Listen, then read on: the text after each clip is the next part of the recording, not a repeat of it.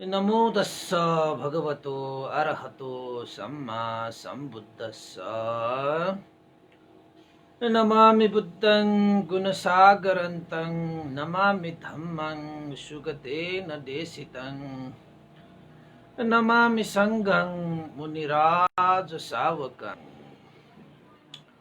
नमो बुद्धाय नमो धम्माय नमो संघाय। श्रद्धालु उपासक उपासिका तथा सधर्म प्रेमी महानुभावहरू, आज पूर्णिमाको दिन सदाझैँ बिहानको 9 बजे हामी फेसबुक लाइभमा उपस्थित भइसकेका छौँ र आजको पूर्णिमालाई मिलापुनी यानि कि मिला पूर्णिमा पनि भनिन्छ र पूर्णिमाको दिन बुद्ध धर्म अनुसार हरेक पूर्णिमाहरू विशेष हुन्छन् र आजको पूर्णिमा पनि विशेष छ। त्यसैले तपाईहरु सम्झिनुस्, आज मिति 2077 माघ 15 गते बिहीबार मिला पूर्णिमाको दिन फेसबुक लाइभ धर्मदेशना सुन्नको निमित्त फेसबुक लाइभमा जोडिरहनुहुने देश विदेशका सम्पूर्ण श्रद्धावन्त उपासक उपासिकाहरूलाई म भिक्षु विमलो श्री सिद्धि मङ्गल बुद्ध विहार सिद्धिपुर सानागाउँ थसी महालक्ष्मी नगरपालिका वडा नम्बर 6 बुद्ध मार्गबाट सबैलाई मैत्रीपूर्ण न्यानो स्वागत टक्र्याउन चाहन्छु। त उपासक उपासिकाहरू, हामीले मौसत पण्डितको विषयमा धर्मदेशना गर्दै आइरहेका थियौं। त आज पूर्णिमाको दिन भएको कारणले गर्दाखेरि आजकै पूर्णिमालाई विशेष हुने गरी देशना गर्दाखेरि अझै थप यो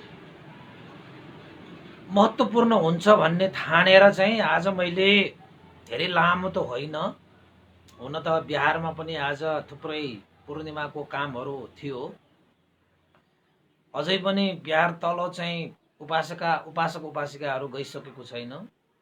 आज पूर्णिमा भएको कारणले गर्दाखेरि थुप्रै उपासक उपासिकाहरू आउँछन् के यहाँ बिहारमा चाहिँ। फेरि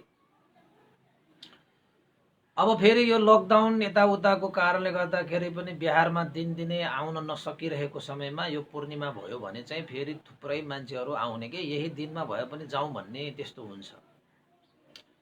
बिहान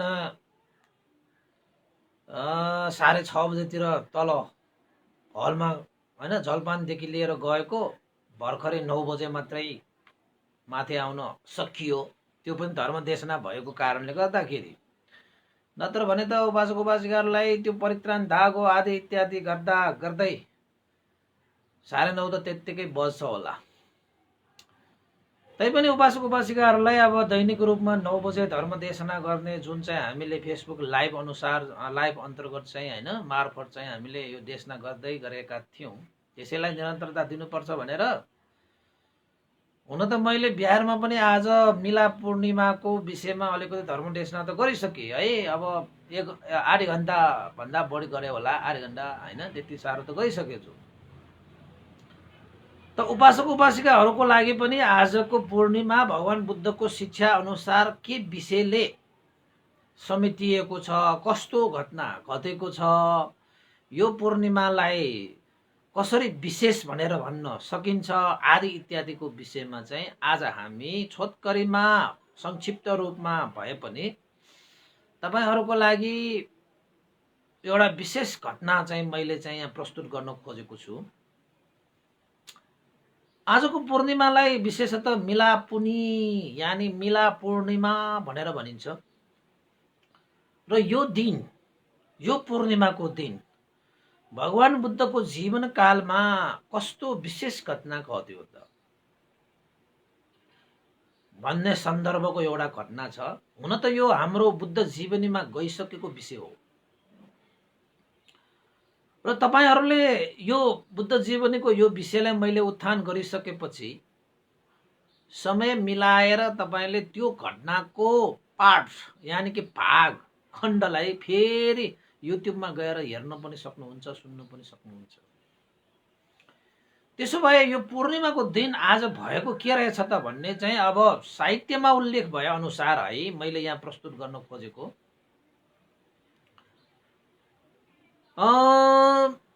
तपाईँ हामी सबैलाई थाहा छ कि भगवान बुद्ध लुम्बिनीमा जन्मिनु भयो वैशाख पूर्णिमाको दिन। वैशाख पूर्णिमा त विशेष हुने नै भयो र 16 वर्षको उमेरमा 32 लक्षणले युक्त भएकी यशोधरा देवीसँग विवाह बन्धनमा बाँधे। 16 वर्षको उमेरदेखि 29 वर्षसम्म गृहस्थी जीवन बिताएका सिद्धार्थ कुमारले 4वटा निमित्तहरू देखे। एकजना वृद्ध, एकजना रोगी, एकजना तपाईको चाहिँ मृतक मरेको मान्छे, वृद्ध मान्छे, रोगी मान्छे र अर्को सन्यासी यानी भिक्षु त्यागी गरेर यो 4वटा दृश्यहरू उहाँ सिद्धार्थ कुमारले देख्नुभयो। त्यही 4वटा दृश्यहरूद्वारा सिद्धार्थ कुमारलाई पनि यो सांसारिक दुःख माया मोहबाट छुटकारा पाउनको निमित्त कसरी आफू र अरूलाई सम्पूर्ण यी दुःखहरूबाट छुटकारा दिलाउन सकिन्छ भन्ने संवेग उत्पन्न भयो, वैराग्य उत्पन्न भयो। यो सम्पूर्ण दृश्यहरू चाहिँ सिद्धार्थ कुमारले 29 वर्षको उमेरमा देख्नु भएको। त्यो त हामी सबैलाई थाहा भइसकेकै कुरा हो, किन त भन्दाखेरि बुद्ध जीवनीमा यो घटना त आइसकेको छ। र त्यो दृश्य देखेपछि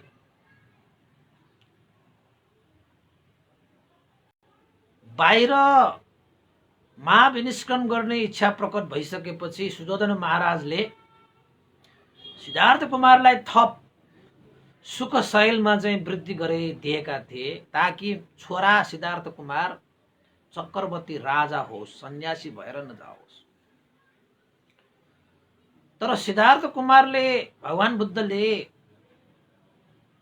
सुयोधन महाराजले त्यसरी चाहिँ सन्यासी हुनबाट रोक्नको निमित्त बार प्रयास गर्दाखेरि भगवान बुद्धले आफ्नो पिता सुयोधन महाराजलाई प्रश्न गरेको थियो रे, यदि महाराजले मैले मागेको कुराहरू दिनुभयो भने म कहिले पनि राजदरबार त्यागेर सन्यासी भएर जाँदिन। अब सुयोधन महाराजले अब के न माग्ला, सबै चिज त पुरा गरेकै थिए, थप केही कुराहरू माग्छन् भने दिउँला भन्ने सुयोधन महाराजको मनसा थियो। त सिद्धार्थ कुमारले के मागे त भन्दाखेरि, महाराज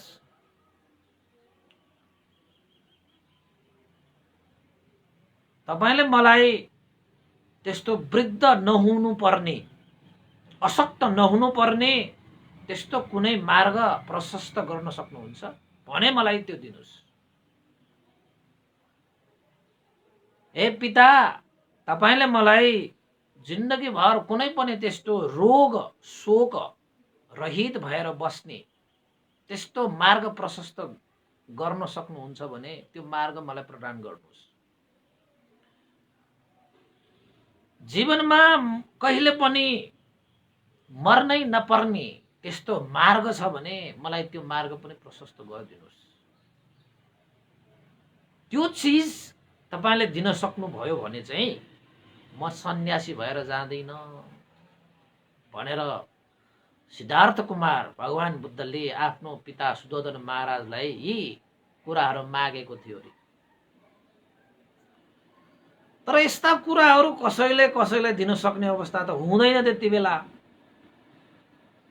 त सुदोधन महाराजले आफ्नो छोरालाई हिरा मागे हिरा देउला, ज्वाला मारे ज्वाला देउला, पन्ना मागे पन्ना देउला, सुख मागे सुख ऐश्वर्य होइन के माग्छ त्यो देउला भनेर बसिरहेको राजालाई आफ्नो छोरा सिद्धार्थ कुमारले वृद्ध हुनु नपर्ने, रोगी हुनु नपर्ने, मर्न नपर्ने त्यस्तो मार्ग प्रशस्त गर्नु भनेर त्यस्तो विषयहरू माग्दाखेरि सुदोधन महाराज पनि स्तब्ध भए।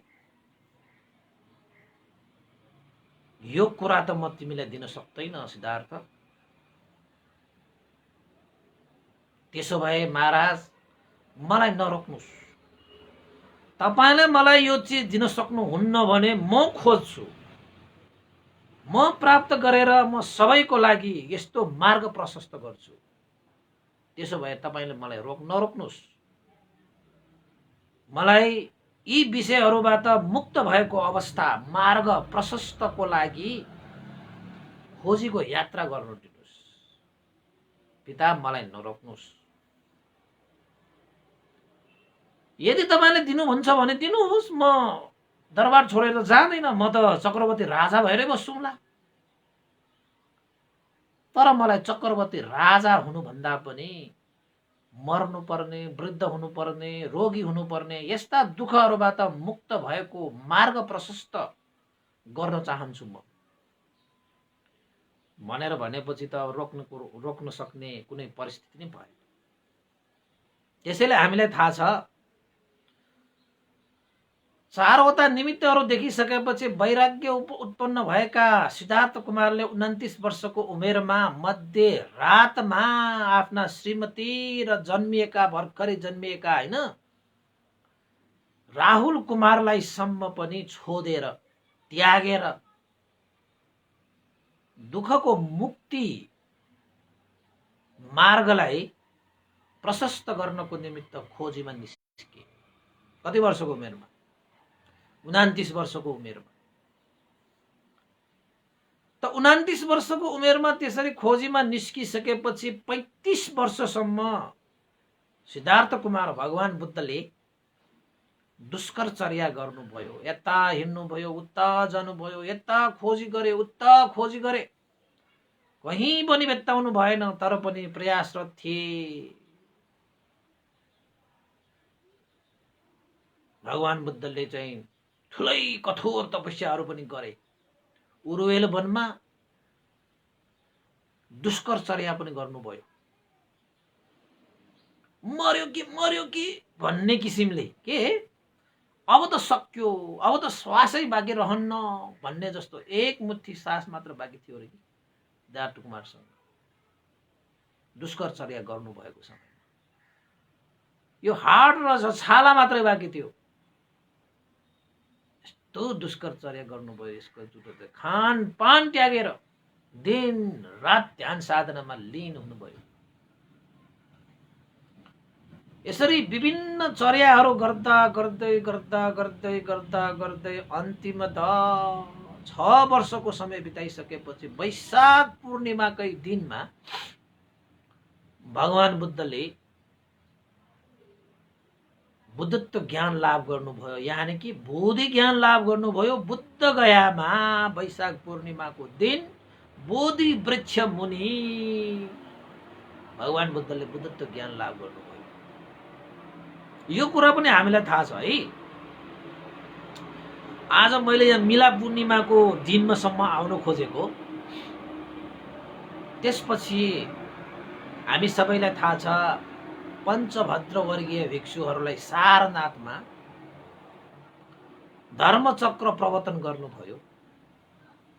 5 जना भिक्षुहरूलाई अरहन्त भावमा प्रतिष्ठित गराउनु भइसकेपछि यश कुमार लगायत उसका घनिष्ठ 4 जना मित्रहरू र त्यस्तै उसका अन्य 50 जना मित्रहरूलाई पनि भगवान बुद्धले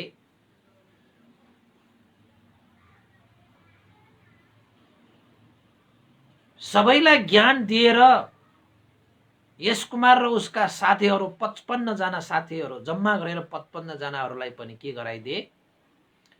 भिक्षु भावमा प्रतिष्ठित गराइदिए। सबै भिक्षुहरू यही भिक्षु, यहाँ आओ भिक्षुहरू भन्ने बोलावट हुने बित्तिकै भिक्षु भावमा प्रतिष्ठित हुने भिक्षुहरू। त्यसरी पञ्चभद्र वर्गीय भिक्षुहरू 5 जना, त्यस्तै गरी यश कुमार र उसका साथीहरू 55 जना, जम्मा गरेर कतिजना भए? 60 जना भिक्षुहरू भए। 60 जना भिक्षुहरू भइसकेपछि भगवान बुद्धले चरत्थ भिक्षवे चारिकं बहुजन हिताय बहुजन सुखाय लोक अनुकम्पाय भनेर चाहिँ भगवान बुद्धले बहुजन हित बहुजन सुखको निमित्त भिक्षुहरूलाई चारिका गर्नको निमित्त आज्ञा गर्नुभयो। हे भिक्षुहरू, कुनै पनि एउटा बाटोमा 2 जना भिक्षुहरू नगइकन अलग अलग्गै बाटोहरू पहिलाएर बहुजन हित बहुजन सुखको निमित्त धर्म प्रचार गर, चारिका गर्दै हिँड भनेर भगवान बुद्धले 60 जना भिक्षुहरूलाई धर्म प्रचारको सिलसिलामा चाहिँ चारै दिशामा 10 दिशामा पठाए। त ती भिक्षुहरू पनि अब धर्म प्रचार गर्नको निमित्त एउटा बाटोमा 2 जना भिक्षुहरू गएनन्।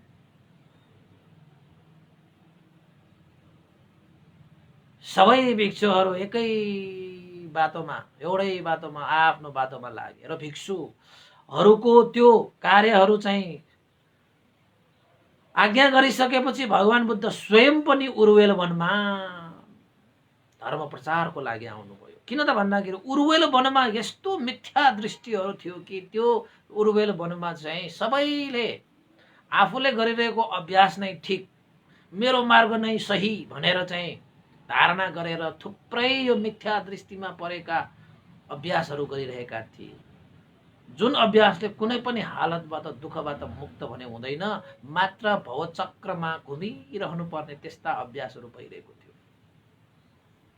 त्यसैले भगवान बुद्ध उरुवेलतिर जानुभयो। उरुवेल जानु हुँदाखेरि बीच बाटोमा तिङ्सभद्र वर्गीय भिक्षुहरूलाई भेटे। आफूलाई खोज्नु जाति कि स्त्रीलाई खोज्नु जाति? एउटा स्त्रीले राजकुमारहरूको सबै त्यो गहरगहनाहरू हैन पोको पारेर भागेको थियो। त्यो स्त्रीले आफ्नो गहरगहनाहरू पोको पारेर भागेको कारणले त्यो स्त्रीलाई खोज्न आएको थियो। यो घटनाहरू तपाईले बुद्ध जीवनीको कुन चाहिँ भागमा छ होला त्यो एकचोटि हेर्नुस् न, युट्युबमा गएर यो चाहिँ मजाले हेर्नुस् न। मैले यो संक्षिप्तमा चाहिँ आज मिलाप पूर्णिमासम्मको यो घटनाक्रमलाई कसरी आएको रहेछ भन्ने कुरा तपाईलाई दर्शाउनको निमित्त मात्रै मैले यो सन्दर्भ जोडेको। त्यसपछि आफूलाई खोज्नु जाति कि स्त्रीलाई खोज्नु जाति भनेर भन्दाखेरि चाहिँ तिङ्सभद्र वर्गीय भिक्षुहरूले पनि स्त्रीलाई खोज्नु भन्दा त आफैलाई खोज्नु जाति, आफैलाई चिन्नु जाति, आफैलाई बुझ्नु जाति, आफैलाई देख्नु जाति, आफैलाई भेटाउनु जाति, आफैलाई प्राप्त गर्नु जाति ठानेर भगवान बुद्धको उपदेश सुनिसकेपछि तिङ्सभद्र वर्गीय भिक्षुहरू पनि भिक्षु भए र ती 30 जना भिक्षुहरूलाई पनि भगवान बुद्धले चरत्थ भिक्षवे चारिकं हैन उनीहरूलाई पनि धर्म प्रचारको सिलसिलामा पठाएर भगवान बुद्ध चाहिँ उरुवेल वनमा आइपुग्नु भयो। त्यति बेला उरुवेल वनमा उरुवेल काश्यप, नदी काश्यप, गया काश्यप भन्ने 3 जना दाजुभाइहरू साह्रै प्रख्यात थिए। उरुवेल काश्यपको 500 जना शिष्यहरू थिए, नदी काश्यपको 300 जना शिष्यहरू थिए र गया काश्यपको 300 जना शिष्यहरू थिए। हुन त यो उरुवेल काश्यप, नदी काश्यप र गया काश्यप 3 जना दाजुभाइहरू चाहिँ त्यति बेलाका धुरन्धर विद्वान, प्रख्यात प्रसिद्ध, समाधि पनि प्रचुर मात्रामा भएका गुरुहरू, जसले आफैले आफैलाई चाहिँ अरहन्त ठानेका थिए, मुक्त पुरुष, क्लेश रहित पुरुष भनेर चाहिँ आफैले आफैलाई त्यसरी अरहन्त भनेर ठानेर शिष्यहरूलाई पनि त्यस्तै शिक्षाहरू दिने र जनमानसहरूमा पनि एउटा यस्तो मिथ्या भ्रम थियो कि यो संसारमा अरहन्त भनेका, दुःखबाट मुक्त भएका, हैन, मुक्त पुरुष भनेका यिनीहरू नै हुन् भनेर ठान्ने। अब अरूले पनि त्यसरी ठानेपछि उर्वेल काश्यप, गया काश्यप र नदी काश्यपहरूले पनि हामी नै हो अरहन्त भनेका, हामी नै हो मुक्त पुरुष भनेका भन्ने त स्वाभाविकै भयो। तर वास्तवमा उनीहरू अरहन्त भने थिएन, दुःखबाट मुक्त भइसकेका भने थिएन, मुक्त पुरुष भइसकेका भने थिएन। तर उनीहरूको धारणा हामी जतिको शुद्ध, हामी जतिको मुक्त पुरुष यो संसारमा कोही पनि छैन। त्यस्तै मिथ्या आचरण गरेर सन्यासी भएर एक किसिमको जटिलहरू, काश्यपहरू जीविका यापन गरिरहेको त्यो उर्वेल वनमै भगवान बुद्ध जानुभयो। किन त भन्दाखेरि भगवान बुद्धलाई त मिथ्या दृष्टिलाई काट्नु थियो। तपाईको जीवनमा तपाईले चाहिँ अकुशलहरू नहटाएसम्म जतिसुकै कुशल राखे पनि तपाईलाई महानिशंस प्राप्त भयो भन्ने हुँदैन। किन त भन्दाखेरि हामीले एउटा गिलासमा चाहिँ तपाईको पानी, शुद्ध पानी खानको निमित्त जतिसुकै शुद्ध पानी तपाईले त्यो गिलासमा राखेर खान खोज्दाखेरि पनि जबसम्म त्यो गिलास शुद्ध हुँदैन नि तबसम्म तपाईले जतिसुकै शुद्ध पानी त्यो गिलासमा राखेर खाँदाखेरि पनि अशुद्धै हुन्छ। त्यसैले शुद्ध पानी खानको निमित्त जुन भाँडो तपाईले प्रयोग गरिरहनु भएको छ त्यो भाँडोलाई पनि तपाईले पहिला के गर्नुपर्छ, शुद्ध गर्नुपर्छ। त्यसैले यो जीवन भनेको भाँडो जस्तै हो र जीवनमा राखेको चिज चाहिँ अरू विषयवस्तुहरू जस्तै हो। त्यसैले जीवनलाई शुद्ध गर्नको निमित्त नै हामीले सबभन्दा पहिला प्रयास गर्नुपर्छ। यो जीवन भनेको चाहिँ यो पञ्चस्कन्ध भनेको कारणले गर्दाखेरि काय वाक चित्त, काय शरीर, वाक वचन, चित्त मन, शरीर वचन मनलाई चाहिँ हामीले शुद्ध गर्न आवश्यक हुँदो रहेछ। र यो मन वचन र शरीरलाई शुद्ध गर्नको निमित्त भगवान बुद्धले शुद्ध गर्नुपर्छ मात्रै भन्नुहुन्न। भगवान बुद्ध सबैलाई थाहा छ यो शरीर वचन मन शुद्ध भयो भने चाहिँ जीवनै शुद्ध हुन्छ भन्ने कुरा त सबैलाई थाहा भएकै विषयवस्तु हो। तर हामीले थाहा पाउनु पर्ने विषय चाहिँ के हो त भन्दाखेरि यो वचनलाई शुद्ध गर्ने कसरी, यो मनलाई शुद्ध गर्ने कसरी, यो शरीरलाई शुद्ध गर्ने कसरी, त्यो कुरा हो महत्त्वपूर्ण, हैन? त्यो कुरा हो। त्यसैले तपाईले चाहिँ वचनलाई शुद्ध गर्नलाई के गर्नु पर्यो? मुसावादा वेरमणि, फरोसवाचा वेरमणि, सम्पपलापवाचा वेरमणि, हैन? यसरी तपाईले चाहिँ यो शरीर मुखबाट चाहिँ तपाईले झुटो कुरा बोल्ने, चुगली गर्ने, यो अर्थ न व्यर्थको कुरा गर्ने, हैन, अरूलाई होच्याएर कडा वचनहरू बोल्ने, यी कुराहरूलाई तपाईले त्याग्नु भयो भने चाहिँ तपाईको यो वचन शुद्ध हुन्छ।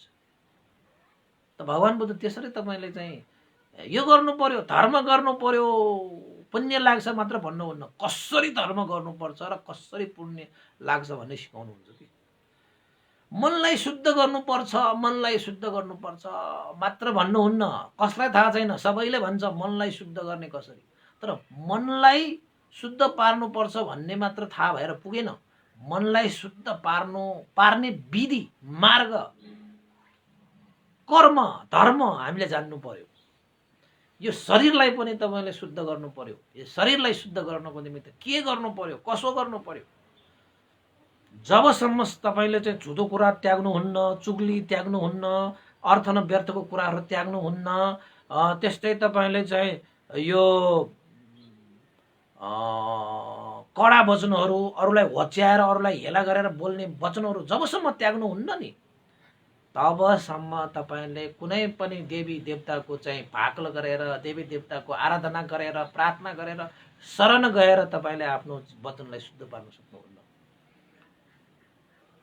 सक्दैन। जबसम्म तपाईँले आफ्नो वचनलाई सम्हाल्नुहुन्न, संयम गर्नुहुन्न, तबसम्म जस्तो सुकै आराधना, जस्तो सुकै साधनाले पनि अब झुटो कुरा बोल्नै छोडेको होइन, चुगली गर्न छोडेकै होइन, व्यर्थ कुराको गर्न छोडेकै होइन, अरूलाई होच्याउने, अरूलाई कडा वचन बोल्ने छोडेकै होइन भने कसरी चाहिँ तपाईँको चाहिँ त्यो वचन शुद्ध हुन्छ?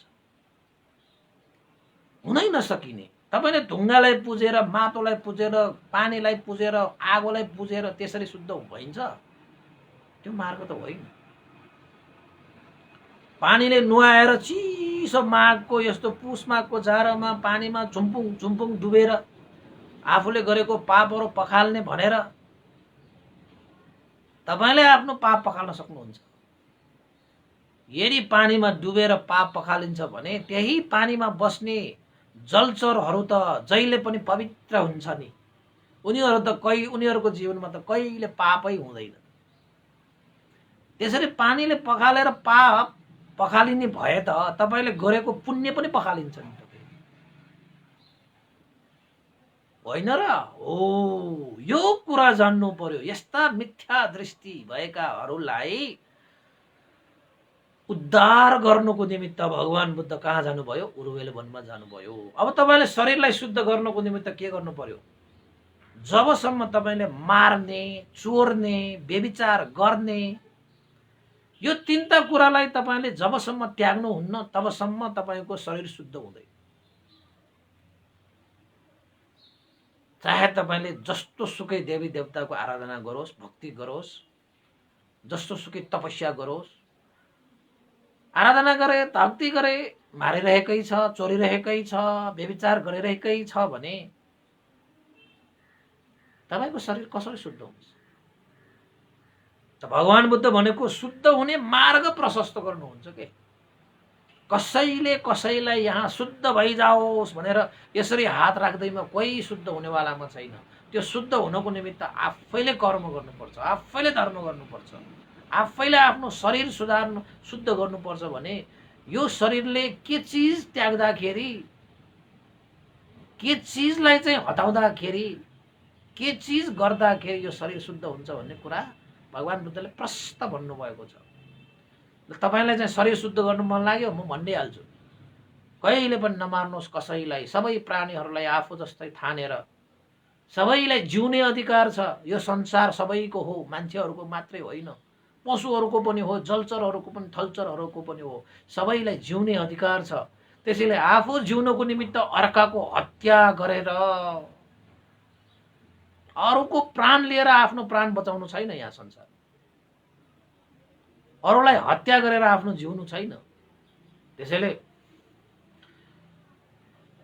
भगवान बुद्धले के भन्नुभयो? हत्या, हिंसा त्याग्नुपर्छ यो शरीरबाट, शरीरलाई शुद्ध गर्ने हो भने। त्यसपछि चोरी गर्नु पनि त्याग्नुपर्छ। चोरी, फता, भ्रष्टाचार, हैन, डकैती, लुटा गर्ने कामहरू हुन्छ नि त। त्यस्ता कुराहरू पनि शरीरले गर्ने त्यो अकुशलहरू, त्यो फोहोरहरू हो। त्यसलाई पनि हामीले शरीर शुद्ध गर्न चाहने व्यक्तिहरूले त्यस्ता कर्मलाई पनि चटक्कै त्याग्नुपर्छ। र व्यभिचार गर्ने, काम तृष्णामा लिप्त भएर व्यभिचार गर्दै हिँड्ने कर्मले पनि तपाईको शरीरलाई के गर्छ? अशुद्धै गर्छ।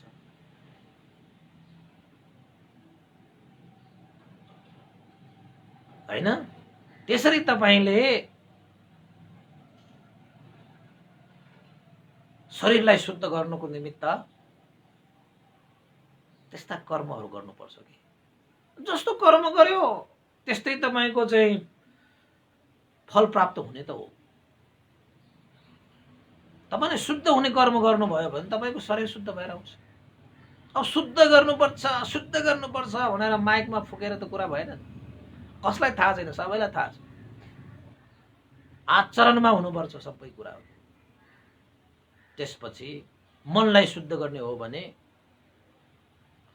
तपाईको मनको मैल भनेको के? तपाईलाई मैले चाहिँ छोटकरीमा भन्छु, दानशील भावनादि कुशल कर्म गर्नुभयो भने मनको मैल, लोभ, द्वेष, मोह हटेर जान्छ। अविद्या, व्यापाद, मिथ्या दृष्टि जस्ता विभिन्न यो मनका क्लेशहरू हुन्छन्, अविद्या, व्यापाद, होइन, र लोभी हुने, त्यस्ता जुनसुकै तपाईँको मनमा भएका, मनमा त्यस्ता अकुशलहरू हुन्छन्, यिनीहरूलाई चाहिँ हटाउनको निमित्त के गर्नु पर्यो?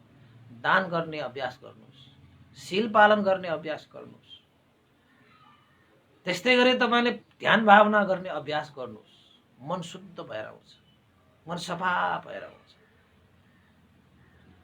हो, यस्ता कर्महरू गरेपछि मात्रै शुद्ध भइन्छ। तपाईले चाहिँ आगो पुज्ने, जल पुज्ने, पहाड पुज्ने, रुख पुज्ने, ढुङ्गा पुज्ने, यस्ता कर्मले त तपाईको न वचन शुद्ध हुन्छ, न शरीर शुद्ध हुन्छ, न मन शुद्ध हुन्छ। कुनै पनि द्वार अङ्गहरू तपाईको शुद्ध हुँदैन। अनि त्यस्ता कर्म गर्यो भन्दैमा अनि म चाहिँ शुद्ध मान्छे, म चाहिँ पवित्र मान्छे, म चाहिँ मुक्त मान्छे भनेर कसैले भन्छ भने त्यस्ता व्यक्तिहरू साँच्चैकै शुद्ध, साँच्चैकै मुक्त पुरुष होला र? हुनै सक्दैन। तर त्यति बेला उरुवेल वनमा उरुवेल काश्यप, नदी काश्यप र गया काश्यपहरू भने त्यस्तै थिए। अग्नि पूजा गर्ने, जल पूजा गर्ने, पहाड पूजा गर्ने, रुख पूजा गर्ने, होइन, आदि इत्यादिको चाहिँ मिथ्या दृष्टिहरूको चाहिँ साधना गरेर उनीहरूले आफैलाई चाहिँ मुक्त पुरुष ठानिरहेका थिए, अरहन्त ठानिरहेका थिए। त भगवान बुद्धले त्यस्ता मिथ्या दृष्टिहरूको जडै उखलेर फ्याँक्नु पर्यो। किन त भन्दाखेरि जम्बूद्वीपमा त्यो उरुवेल वनमा त्यति बेला चाहिँ ठुलै जडा गाडेर बसेका थिए ती काश्यपहरू, जसलाई सबैले चाहिँ मान्थ्यो, सबैले श्रद्धा राख्थ्यो, ठान्थ्यो पनि उनीहरू मुक्त पुरुष भन्ने ठान्थ्यो। तर वास्तविक रूपमा चाहिँ होइन। त भगवान बुद्ध त्यहाँ जानुभयो। भगवान बुद्ध काश्यप, उरुवेल काश्यपको आश्रममा जानुभयो। गइसकेपछि अब उरुवेल काश्यपहरू पनि सन्यासी, भगवान बुद्ध पनि अब सन्यासी त हो नि, होइन? उनीहरूले त सन्यासी ठानेछ। भगवान बुद्ध जानु भइसकेपछि उरुवेल काश्यपलाई भन्नुभएछ, ए उरुवेल काश्यप, मलाई एक रात बास बस्नको निमित्त कुनै एउटा ठाउँ दिनुस्। मलाई एक रातको निमित्त बास बस्नको निमित्त मलाई ठाउँ दिनुस्। त उरुवेल काश्यपले यसो हेरे, यो पनि सन्यासी रहेछ। अब साँझ आएको पाहुनालाई फर्काउनु हुन्न, एक रात त हो। यसो हेरे, आफ्नो कुनै पनि स्थान त छैन। उसले के भने त भन्दाखेरि यहाँ कुनै कुटीहरू, आश्रमहरू खाली भने छैन।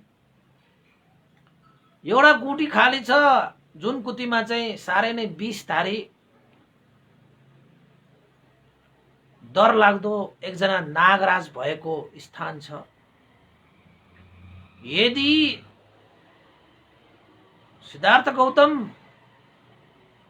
यदि तपाईलाई कुनै हानि नोक्सानी हुँदैन भने त्यही आवासमा बस्न सक्छौ। अन्ततः हामीसँग ठाउँ त छैन। किन त भन्दाखेरि उरुवेल काश्यपका 500 जना शिष्यहरू थिए। कम्ता शिष्य होइन नि 500 भनेको। तपाईँ बस्नुहुन्छ भने त्यो नागराज भएको ठाउँमा तपाईँलाई हानि नोक्सानी हुँदैन भने तपाईँ त्यहाँ बस्न सक्नुहुन्छ। त भगवान बुद्धले उरुवेल काश्यपलाई साधुकार दिए। तपाईँले मलाई ठाउँ दिनुभयो, त्यसको लागि धेरै धेरै साधुवाद। ल, तपाईँ के त्यो नागराज भएको स्थानमै तपाईँ जानुहुन्छ र तपाईँलाई हानि नोक्सानी हुँदैन? मलाई ठाउँ भए पुग्छ, अवश्यमेव म त्यही ठाउँमा गएर बस्छु जहाँ चाहिँ विषधारी नागराज, भयङ्कर नागराज। त्यहाँ गयो भने ज्यानको सवाल। त्यो नागले दसिदियो भने, विष फ्यालिदियो भने, अग्नि ज्वालाले जलाइदियो भने, धुवाले उडाइदियो भने के गर्ने? यहाँसम्म कि त्यो उर्वेल काश्यपहरूले पनि त्यो नागराजको त्यो आवासमा हेर्न पनि डर लाग्ने, त्यो नागराजको त्यो स्थानमा जानु त के हेर्नसम्म पनि डराउने त्यस्तो अवस्थामा थिए। त्यसपछि भगवान बुद्धले त्यही नागराजकै आवासमा गएर बस्ने निर्क्युल निकालिसकेपछि यतापट्टि भन्ने उर्वेल काश्यप र उसका शिष्यहरूले लौ अब यो सिद्धार्थ गौतमलाई चाहिँ नागराजले दसेर विषाक्त बनाएर उसलाई चाहिँ सकाइदिने भयो भनेर चाहिँ यतापट्टि खैला बैला थियो। तर भगवान बुद्ध भने त्यही नागराजकै कुतीमा जानुभयो। नागराजको कुतीमा गइसकेपछि नागराज त साँच्चकै क्रोधित, साँच्चकै विषधारी रहेछ। भगवान बुद्ध कुतीमा गएर वज्रासनमा बसेर आनन्दले मैत्री भाव गरेर बसिरहनु भएको समयमा नागराजले आएर आफ्नो कुतीमा बस्न आयो भन्ने चाहिँ त्यस्तो मनसाय राखेर क्रोधित भएर भगवान बुद्धलाई त्यहाँबाट भगाउनको निमित्त नागराजले चाहिँ आफ्नो शक्ति बलद्वारा धुवाँ फ्याँक्न थाले। यस्तो धुवाँ जुन धुवाँले उक्कुस मुकुस भएर बस्नै नसकिने अवस्थाको धुवाँ। तर त्यो नागराज त भयंकर रूप लिएर, होइन, डर लाग्दो रूप लिएर मेरो कुतीमा बस्न आउने भनेर चाहिँ धुवाँ फ्याँके। त भगवान बुद्धले मैत्री नै राख्दै त्यो नागराजलाई धेरै हानि नोक्सानी नहुने किसिमले भगवान बुद्धले पनि आफ्नो रिद्धि प्राप्ति हारेको बल शक्तिले चाहिँ धुवाँ फ्याँकिदिए। धुवाँ फ्याँकिसकेपछि त्यो धुवाँको कारणले गर्दाखेरि नागराजको धुवाँले भगवान बुद्धलाई केही न केही पनि भएन, शीतलै भयो। तर भगवान बुद्धको त्यो धुवाँले नागराजलाई चाहिँ मुस्किल पर्यो। उसलाई त उसको शरीरमा भएको त्यो शक्तिहरू छिन भएर गएको जस्तो बल शक्तिहरू प्रदर्शन गर्नबाट ऊ वञ्चित हुँदै गयो। त्यसपछि त भएन, यसले त मलाई धुवाँ फ्याँक्यो भन्दै नागराज क्रोधित भएर अग्नि ज्वाला निकाल्न थाले। अग्नि ज्वाला निकालिसकेपछि भगवान बुद्धले पनि बिचरा त्यो नागराजलाई करुणा चित्त राखेर उसको शरीरमा कुनै पनि हानि नोक्सानी नहुने गरी भगवान बुद्धले पनि तेजो ढाटु समाधिमा बसेर अग्नि ज्वाला निकाल्नु पर्यो। त्यो नागराज र भगवान बुद्धको अग्नि जुडेर त्यो अग्नि त माथि योजनौं परसम्म त्यो अग्नि ज्वाला माथि दन्केको, अग्निका त्यो ज्वालाहरू चाहिँ माथि उठेको। यतापट्टि तपाईको उर्वेल काश्यप उसका शिष्यहरूले ओहो लो कुतीबाट त आगो निस्किएर माथि आकाशसम्म पनि आगो दन्किन थाल्यो। पक्कै पनि नागराजले यो सिद्धार्थ गौतमलाई आफ्नो शक्तिको बलले सिद्धार्थ गौतमलाई भस्म पार्ने भयो बा, अग्निले भस्म पार्ने भयो बा भनेर बाहिर चाहिँ उनीहरूले त्यस्तो एउटा चाहिँ मनसाय त्यस्तो भावमा बसिरहेको थियो। तर भगवान बुद्धको सामुन्ने त्यो नागराजको त्यो शक्तिले पनि केही काम गरेन। भगवान बुद्धको त्यो अग्नि ज्वालाको कारणले गर्दाखेरि नागराजको शरीरमा भएको त्यो शक्तिहरू क्षीण हुँदै गयो हुँदै गयो हुँदै गयो हुँदै गयो। अन्तमा नागराज चाहिँ दुर्बल भगवान बुद्धको सामुन्ने। उसले त आफ्नो शक्तिहरू सबै प्रयोग गरिसक्यो, तर भगवान बुद्धलाई त केही शीतल भइरहेको छ, कुनै हानि नोक्सानी भइरहेको छैन।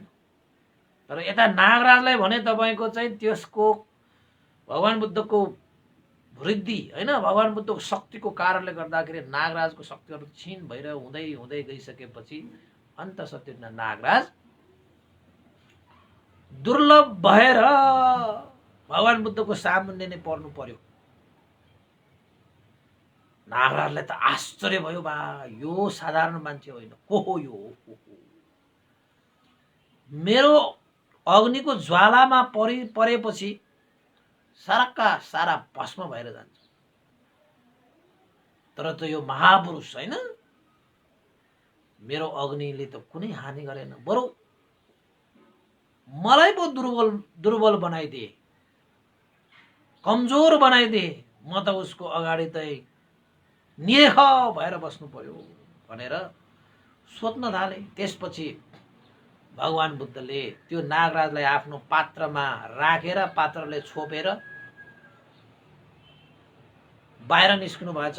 बाहिर निस्केर उर्वेल काश्यपलाई सोधेछ, हे उर्वेल काश्यप, तपाईले भन्नुभएको विषधारी डरलाग्दो भयानक नागराज यही होला होइन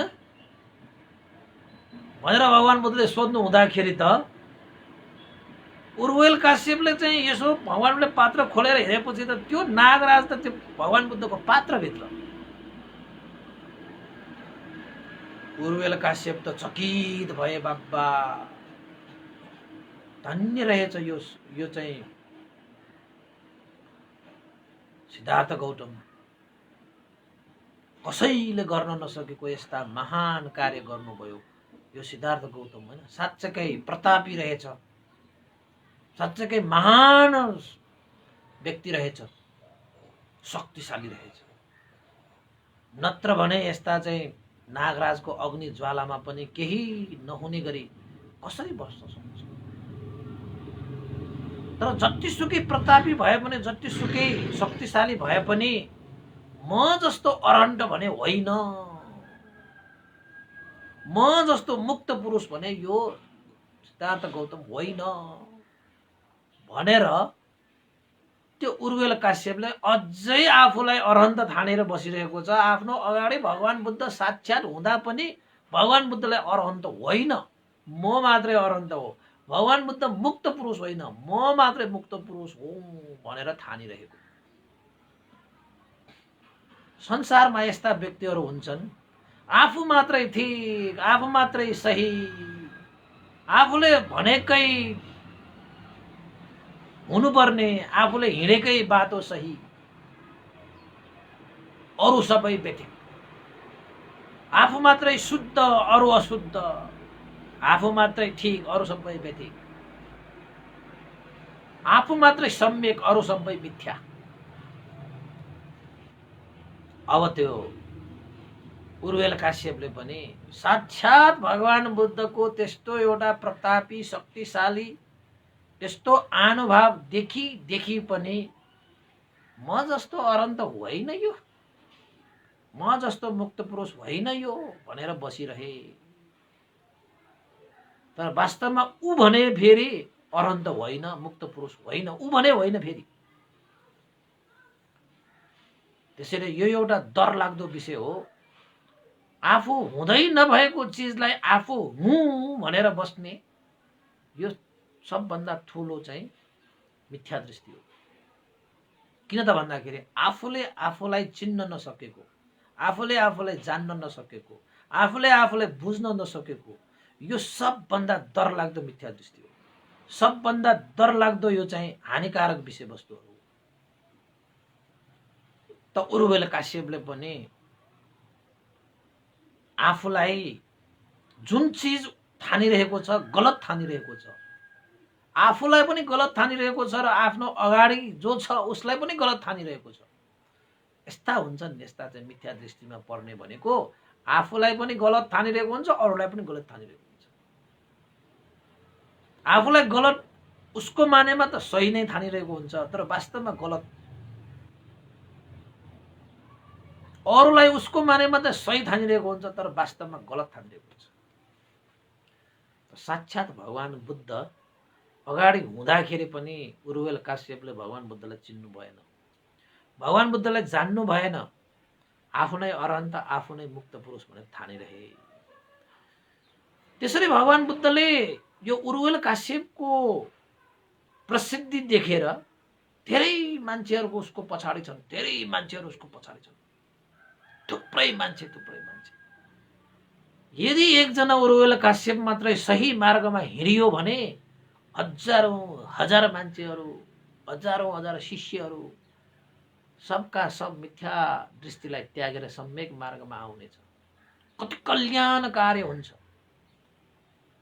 त्यसैले नाम चलेका एकजना मिथ्या दृष्टिक व्यक्तिले कयौं मान्छेलाई मिथ्या दृष्टिमा लगेर ध्वस्तै पारेको हुन्छ।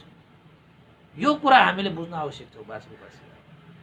हामी नाम चलेको, उसको अनुहार हेरेर, उसको स्थान हेरेर, उसको चेलाहरू हेरेर, कत्रो चेलाहरू छ उसको भन्दै उही ठुलो, उही सत्य, उही शुद्ध, उही चाहिँ कल्याणकारी भनेर हामी चाहिँ अन्डो भएर त्यसको चाहिँ अन्डो भक्ति गरेर हिँड्छौँ नि।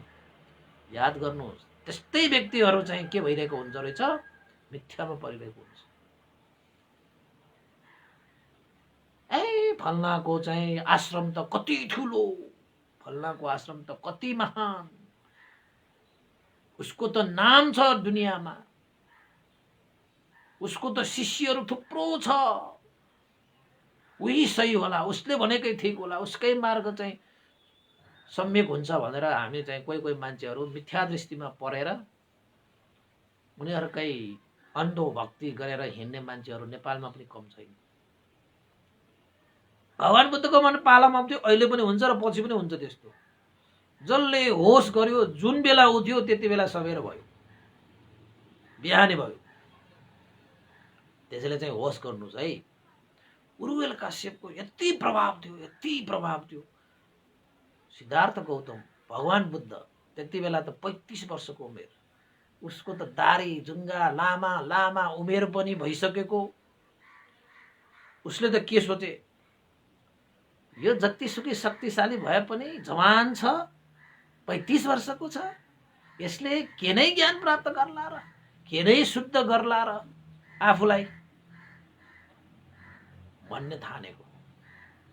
उमेरले मात्रै मान्छेहरू प्रज्ञावान हुन्छ, उमेरले मात्रै बुद्धिवान हुन्छ, उमेरमा विवेकशील हुन्छ। देख्नु भएन हामीले चाहिँ महोत्सव पण्डितको कथामा 7 वर्षको महोत्सव कुमारले कस्तो कस्तो प्रज्ञा देखाइदिए। प्रज्ञा भनेको उमेरमा निर्धारित हुँदैन। जुनसुकै उमेरका व्यक्तिहरू पनि प्रज्ञावान हुन सक्छ, तर त्यसको लागि सही मार्ग मात्र अपनाउनु पर्छ। हुन त वास्तवमा ज्ञान प्राप्त गर्ने भनेकै युवा अवस्थामै हो कि। वृद्ध भएपछि त के प्राप्त गर्ला र, कान सुन्दैन, आँखा देख्दैन, हात खुट्टा चल्दैन, के ज्ञान प्राप्त गर्ला।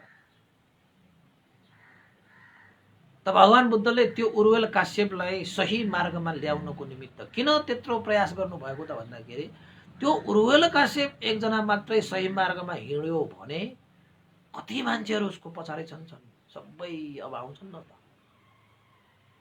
त्यसपछि भगवान बुद्धले 16 वटासम्म त्यस्ता चाहिँ ऋद्धि प्रातिहार्य देखाउनु परेको, 16 पटकसम्म। अब नागलाई त्यसरी चाहिँ दमन गरेको कयौं घटनाहरू घट्यो नि। तपाईको त्यो उरुवेल काश्यपको त्यो आश्रममा तपाईं चाहिँ युट्युबमा गएर बुद्ध जीवनीको उरुवेल काश्यपको त्यो भागलाई फेरि सुन्नुहोस् एकचोटि। त्यसमा छ के गर्यो भन्ने कुरा। 16 पटकसम्म आफ्नो प्रातिहार्य देखाइसकेपछि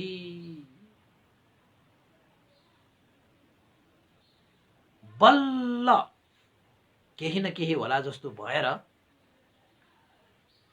भगवान बुद्धले उरुवेल काश्यपलाई भने, हे उरुवेल काश्यप, तिमी किन आफूलाई चाहिँ अरहन्त भनेर ठानिरहेका छौ? अरहन्त भनेको के हो तिमीलाई थाहा छ? अरहन्त हुने मार्ग तिमीलाई के थाहा छ? के तिमीले अरहन्त हुने मार्गलाई अभ्यास गरिरहेका छौ भनेर भगवान बुद्धले प्रश्न गर्नुभयो। के प्रश्न? हे उरुवेल काश्यप, के तिमीलाई अरहन्त भनेको थाहा छ? के तिमीलाई अरहन्त हुने मार्ग थाहा छ? के तिमीले अरहन्त हुने मार्गमा तिमी हिँडिरहेका छौ? के तिमीले अरहन्त हुने अभ्यास गरिरहेका छौ भनेर भगवान बुद्धले प्रश्न गर्नुभयो। त्यति बेला उर्वेल काश्यप त हलचल भयो उसको मनमा। ओहो, त वास्तवमा अरहन्त भनेको कस्तो पनि थाहा छैन, अरहन्त भनेको कसरी हुन्छ पनि थाहा छैन, अरहन्त हुनुलाई कुन मार्गमा हिँड्नुपर्छ पनि थाहा छैन, अरहन्त हुनको लागि आचरण पनि गरेको पनि छैन उर्वेल काश्यपले।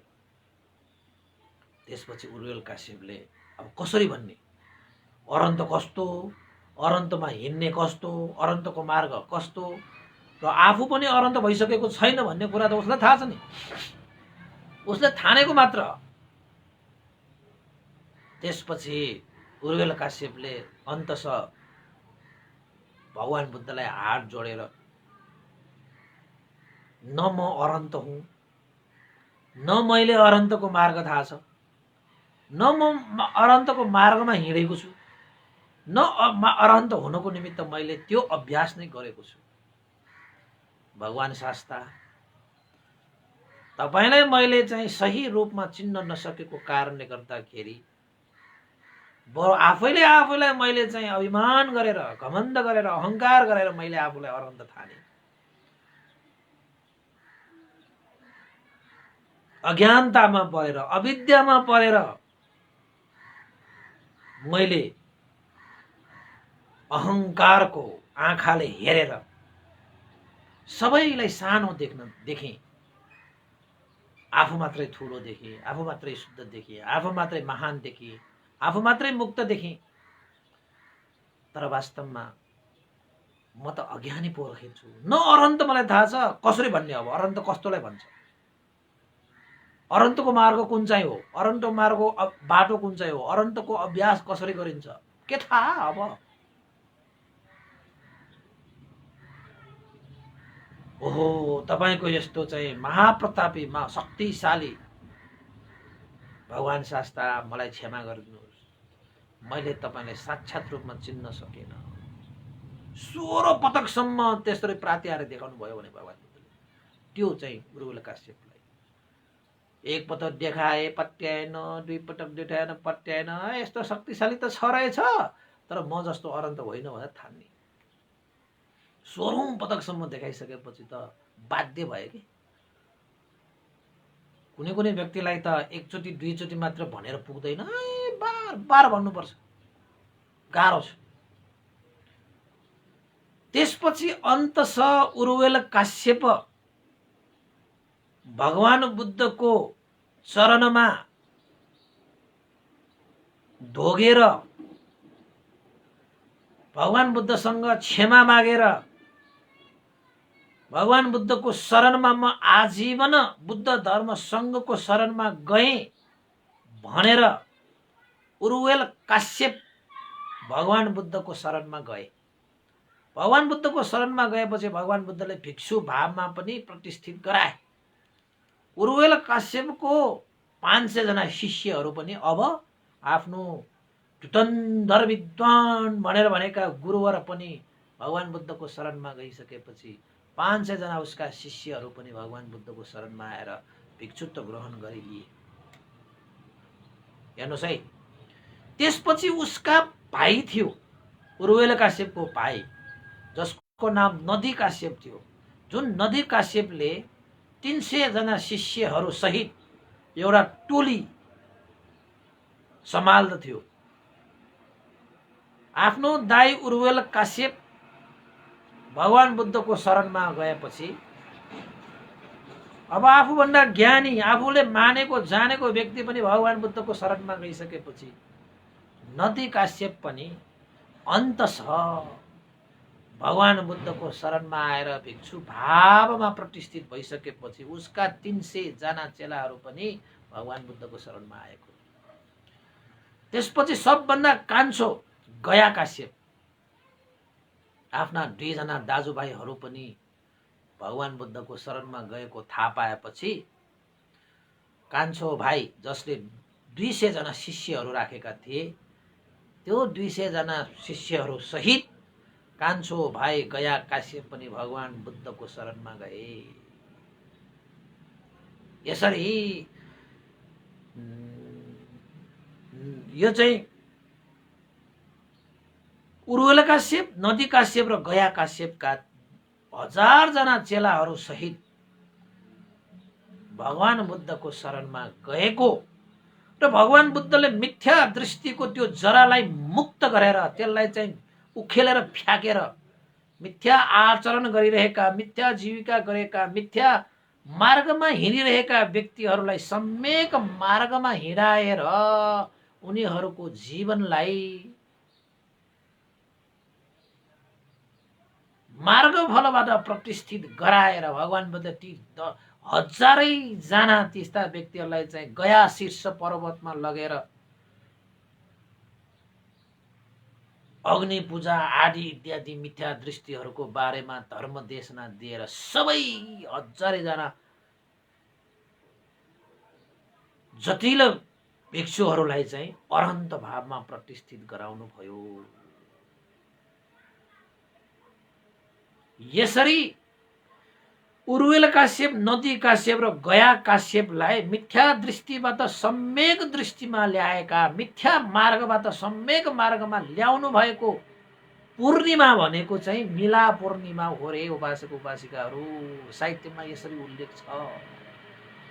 मिला पूर्णिमाको दिनमा भगवान बुद्धले उरुवेल काश्यप, नदी काश्यप र गया काश्यपलाई मिथ्या दृष्टिबाट सम्यक दृष्टिमा प्रतिष्ठित गराउनु भएको दिन, जसलाई चाहिँ मिला पूर्णिमा भनेर भनिन्छ।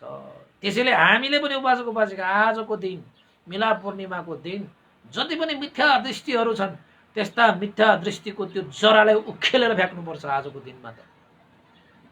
र हामीले आफ्नो जीवनमा सम्यक मार्गलाई अपनाउनु पर्छ।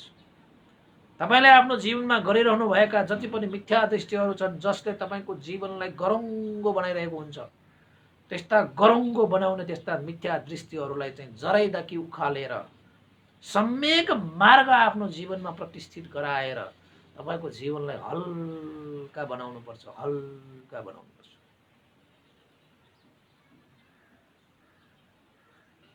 यही विशेषता हो आजको मिला पूर्णिमाको विशेषता।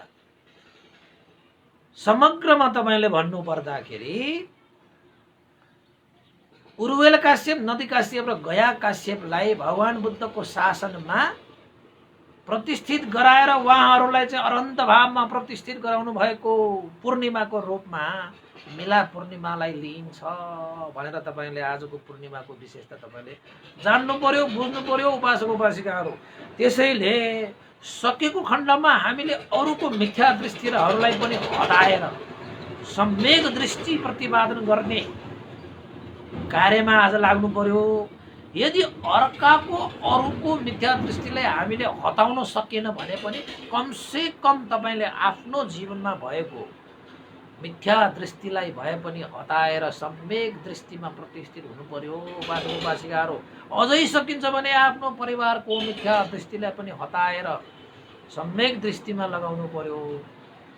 सक्नुहुन्छ अझै भने समाज, नगर, राष्ट्रको जनको हितको लागि मिथ्या दृष्टिहरू हटाएर तपाईले सम्यक दृष्टिको बीजारोपण गर्ने दिन, बीजारोपण गराउने दिन भनेर उपासक उपासिकाहरूले चाहिँ यो कुरालाई चाहिँ बुझ्नु पर्यो, आवश्यक भएको विषयमा छ। त्यसैले उपासक उपासिकाहरू आजको यो मिला पूर्णिमाको विषयमा, आजको पूर्णिमाको विशेषताबारे भगवान बुद्धले आफ्नो जीवनकालमा बहुजन हित बहुजन सुखको निमित्त चारिका गर्नु हुँदाखेरि उरुवेल वनमा पुगेपछि उरुवेल काश्यप, नदी काश्यप र गया काश्यप जस्ता धुरन्धर विद्वानहरूले मिथ्या दृष्टिमा परेर आफ्नो जीवनलाई सम्पादन गर्दै गरेको र आफ्नो शरणमा आएकाहरूलाई पनि त्यस्तै मिथ्या दृष्टिमा लगाइरहेको त्यो एउटा चाहिँ दुःखद पक्षलाई भगवान बुद्धले निवारण गर्नुभएको पूर्णिमाको रूपमा पनि आजको मिला पूर्णिमालाई लिइन्छ भनेर जान्नु पर्यो, बुझ्नु पर्यो।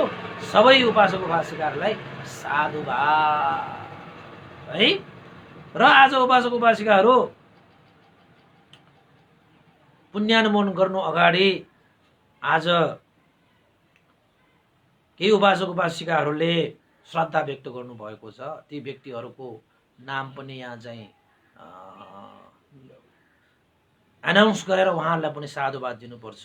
विशेष गरी मेरिना वैद्य उपासिकाले आजको दिनमा उहाँले चाहिँ एउटा श्रद्धा व्यक्त गर्नुभएको छ। बिहिबार पूर्णिमा आज स्वस्थानी पूर्णिमा पनि सुरु हुनुभएको छ। मिथ्या दृष्टि हटाउनु पर्ने बेला हो आज। उहाँले लेख्नु भएको छ, मिलाप पूर्णिमा म धर्म देशना प्रेमी उपासिका रेगुलर धर्म देशना नेनामी आदेश्वर सीता पाइला निवासी मेरिना वैद्यको जन्मदिन परेकोले भन्तेलाई सादर वन्दना है। र उहाँले चाहिँ परितान पाठ गर्ने अनि उहाँको चाहिँ यो घ्य देवा बुद्ध प्रतिमाको अगाडि भनेर भगवान बुद्धको अगाडि चाहिँ यो दियो बाल्ने उहाँले चाहिँ श्रद्धा व्यक्त गर्नुभएको छ। त्यस्तै गरी उहाँले भोजन दान आदि इत्यादि गर्ने पनि श्रद्धा व्यक्त गर्नुभएको छ है। उहाँले चाहिँ हिजो यी सेवा मार्फत चाहिँ आर्थिक दान गर्नु, आर्थिक दान भनेर रु 3500 पनि आर्थिक दान गर्नुभएको छ। सम्पूर्ण वैद्य परिवारको सुस्वास्थ्य तथा मङ्गलको कामना सहित साधु अनुमोदन कामना गरिदिनु हुन अनुरोध गर्दछु भनेर चाहिँ मेरिना वैद्य उपासिका हाम्रो रेगुलर धर्म देशना सुन्नुहुने उपासिका हुनुहुँदो रहेछ। उहाँको जन्मदिन परेको हुनाले उहाँलाई चाहिँ जन्मदिनको उपलक्ष्यमा मिथ्या दृष्टि हटेर सम्यक दृष्टि लागू हो, बिजारोपण होस् भनेर शुभकामना पनि व्यक्त गर्न चाहे र उहाँहरूको सबै परिवारलाई सुख शान्ति र सुस्वास्थ्यको कामना पनि गरे। सबैलाई साधुवाद छ। त्यस्तै गरी अर्को एउटा छ,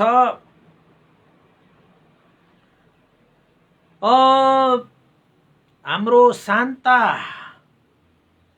उपासिकाले यो हाम्रो चाहिँ शान्ता शाक्य उपासिकाको तर्फबाट पनि उहाँले चाहिँ समय मिलाएर चाहिँ भोजन दान परित्राण पाठ आदि इत्यादि गर्नु भनेर चाहिँ उहाँले पनि 2000 आर्थिक सहयोग गर्नुभएको छ। आजको पूर्णिमाको दिनमै हैन अलिकति राम्रो दिन पनि परेको हुनाले चाहिँ उहाँहरूको शान्ता शाक्य लगायत उहाँहरूका सम्पूर्ण परिवारहरूलाई जय होस् मङ्गल होस् कामना गर्दै उहाँहरूलाई पनि पुण्यानुमोदन गरौँ र विशेषतः उहाँको दिवंगत आमा मङ्गल कुमारीको नाममा परित्राण भनेर चाहिँ उहाँले चाहिँ आर्थिक सहयोग है धर्मदान भनेर चाहिँ 2000 होइन 3000 आर्थिक सहयोग गर्नुभएको छ। मैले 2000 भनेछु के अरे है।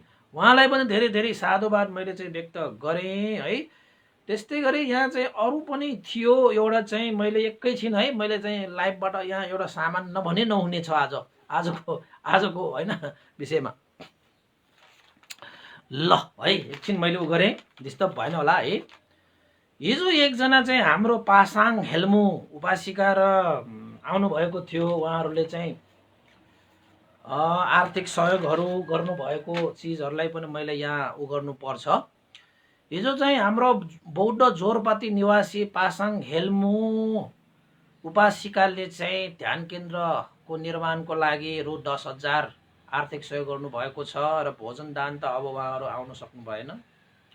आर्थिक सहयोग हैन उहाँहरूको भोजन दान पनि गर्ने इच्छा त थियो, त्यही पनि अब यहाँ उपस्थित हुन सक्नु भएन है। उहाँहरू पनि हिजो चाहिँ आउनु भएको थियो अनि आर्थिक दानको रूपमा उहाँले अर्को थप 5,000 पनि सहयोग गर्नुभएको छ धर्मदान है। त्यस्तै गरी दिवंगत कामिनी हेल्मु 1 हप्ता भएको रहेछ, उहाँको पनि सुगति निर्माण कामना गर्नको निमित्त परित्राण गरिदिनु भनेर 1100 रुपियाँ पनि आर्थिक सहयोग गर्नुभएको छ।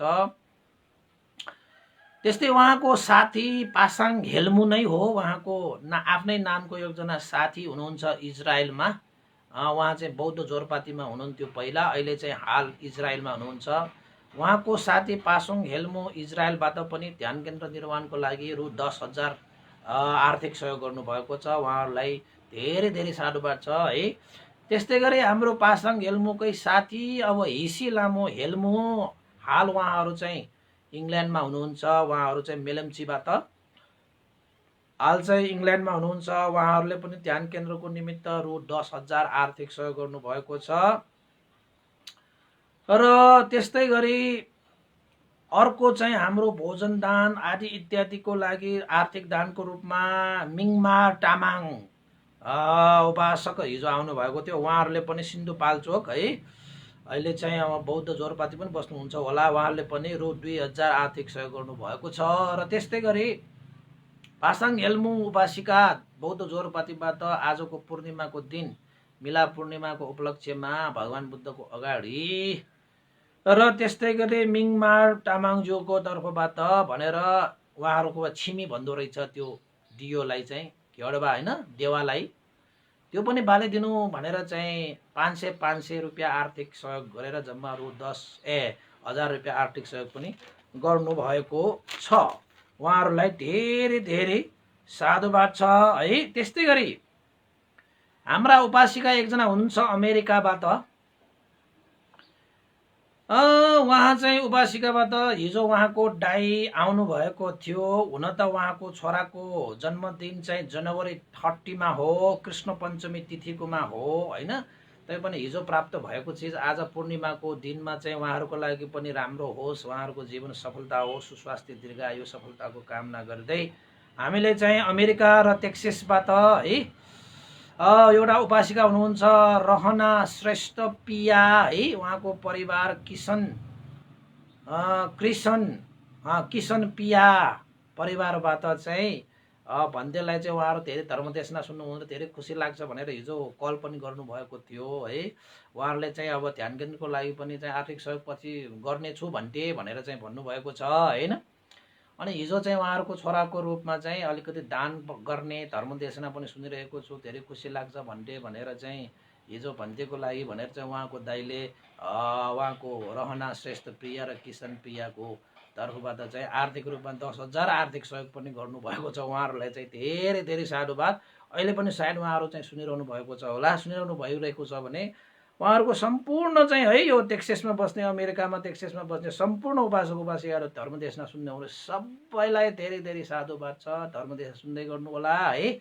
जीवनमा सुख शान्तिको मार्ग तपाईँहरूले चाहिँ अवश्य पाउनुहुनेछ र पाउनुहोस् भन्ने आशिका पनि व्यक्त गर्न चाहन्छु उपासक उपासिकाहरू है। अब आजको लागि यति नै भयो होला र अन्तमा हामी पुण्यानुमोदन गरौँ। श्रद्धेय गुरुवर ज्ञानपूर्णिक भन्ते स्याडो पण्डिता विवंश गुरुवरलाई लगायत सम्पूर्ण गुरुवरलाई पनि यो पुण्य लाभ भई सुगति निर्वाण कामना गरौँ। तपाईँहरूको पनि ज्ञाति बन्धुहरूलाई पनि यो पुण्य लाभ होस् र देवता मनुष्य र सत्व प्राणीहरूलाई पनि यो पुण्य लाभ होस् भनेर अन्तिममा पुण्यानुमोदन गरौँ।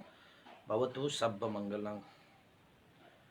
इदं नो ज्ञातिनं होतु सुखिता वन्तु ज्ञातयो। इदं नो ज्ञातिनं होतु सुखिता वन्तु ज्ञातयो। इदं नो ज्ञातिनं होतु सुखिता वन्तु ज्ञातयो। एतावता सम्मे हि सम्भतं पुण्य सम्पदं साम्बे देवानुमोदन्तु सर्व सम्पत्ति सिद्धिया। एतावता सम्मे हि सम्भतं पुण्य सम्पदं सर्वे सत्ता अनुमोदन्तु सर्व सम्पत्ति सिद्धिया। एतावता सम्मे हि सम्भतं पुण्य सम्पदं सर्वे भूतानुमोदन्तु सर्व सम्पत्ति सिद्धिया। साधु साधु साधु भवतु सब मङ्गलं। सबैको दिन मङ्गलमय होस्, कल्याणमय होस्। सबैलाई मिलाप पूर्णिमाको उपलक्ष्यमा मिथ्या दृष्टि हटेर सम्यक दृष्टि विचारोपण गर्न सको। सबैलाई साधुवाद।